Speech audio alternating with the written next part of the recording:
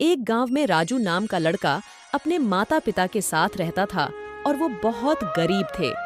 राजू के पिता रद्दी बेचे का काम करते थे और उसी ने अपने खाने का जुगाड़ भी मुश्किल से होता था। इस बात से घर वाले बहुत परेशान रहते थे। राजू पढ़ाई करना चाहता था, लेकिन पैसे नहीं होने की वजह से उसके घर वाले उसे पढ़ाई नहीं करा पा रहे। राजू की माँ इस बात से बहुत गुस्सा रहती थी और भला बुरा कहती रहती थी। एक दिन राजू के पिता की बिल्कुल कमाई नहीं हुई, जिस वजह से राजू के पिता को खाली हाथ घर वापस आना पड़ा। राजू के पिता को खाली हाथ देखकर राजू की माँ बहुत गुस्सा हो जाती है। अगले दिन फिर से राजू के पिता रद्दी बेचे को बाजार चले जाते हैं, लेकिन उनके पास कोई भी ग्राहक नहीं आता, जिस वजह से वो निराश हो जाते हैं और ग्राहक के आने का इंतजार करते हैं। ऐसे ही देखते देखते दोपहर हो जाती है और वो खाना खाने के लिए अपने खाना निकालते हैं। जैसे ही खाना निकालते हैं, वैसे ही एक लड़की उनके पास आती है और कहती है, काका कुछ खाने को दो ना।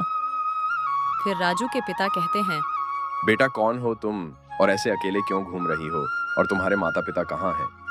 लड़की रोते हुए कहती है, काका मैं मेले में घूम गई और मुझे मेरे घर वाले नहीं मिल रहे हैं।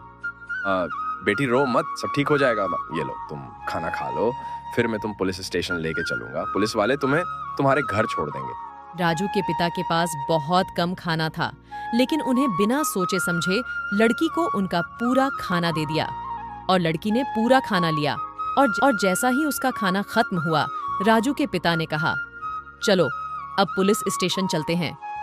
जैसे ही राजू के पिता उस लड़की का हाथ पकड़ते हैं, तो वो लड़की उनका हाथ छुड़ाकर एक सुंदर परी का रूप ले लेती है और राजू के पिता को कहती है, तुम एक बहुत ही ईमानदार और दयाबंद व्यक्ति हो।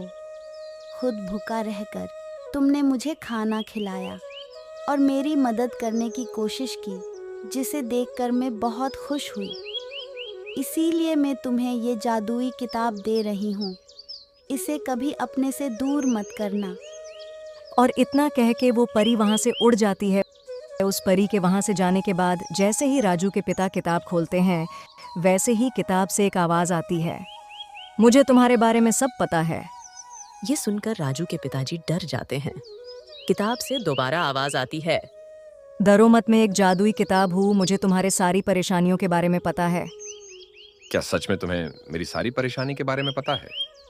क्या तुम सच में मेरी परेशानी दूर कर सकती हो?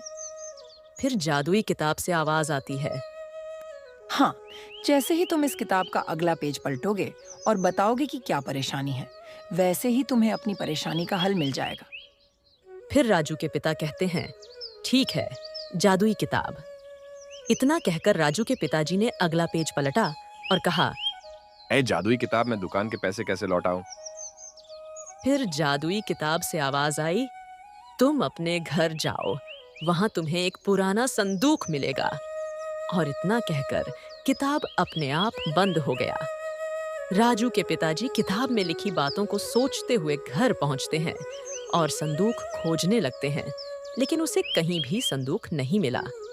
इतने में राजू की माँ कहती है, क्या हो गया है तुम्हें, पूरा घर फैला दिया, क्या चाहिए तुम्हें? क्या तुमने अपने घर में कहीं पुराना संदूक देखा है?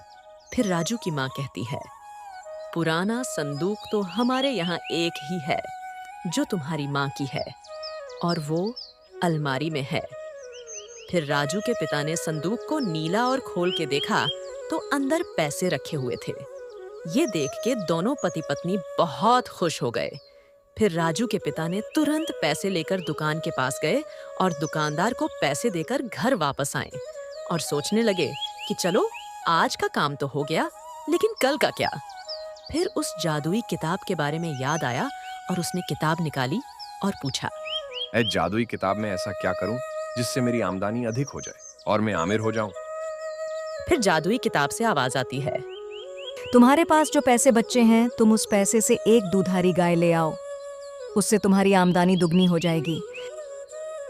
इसके बाद राजू के पिता अगले ही दिन बाजार जाते हैं और गाय खरीदकर घर ले आते हैं और उसका दूध बाजार में बेचने लगते हैं और धीरे धीरे उनकी हाल पहले से ठीक हो जाती है और आमदनी भी अधिक हो जाती है और एक एक करके वो बहुत सारे गाय खरीदते हैं। जिससे वो बहुत आमिर हो जाते हैं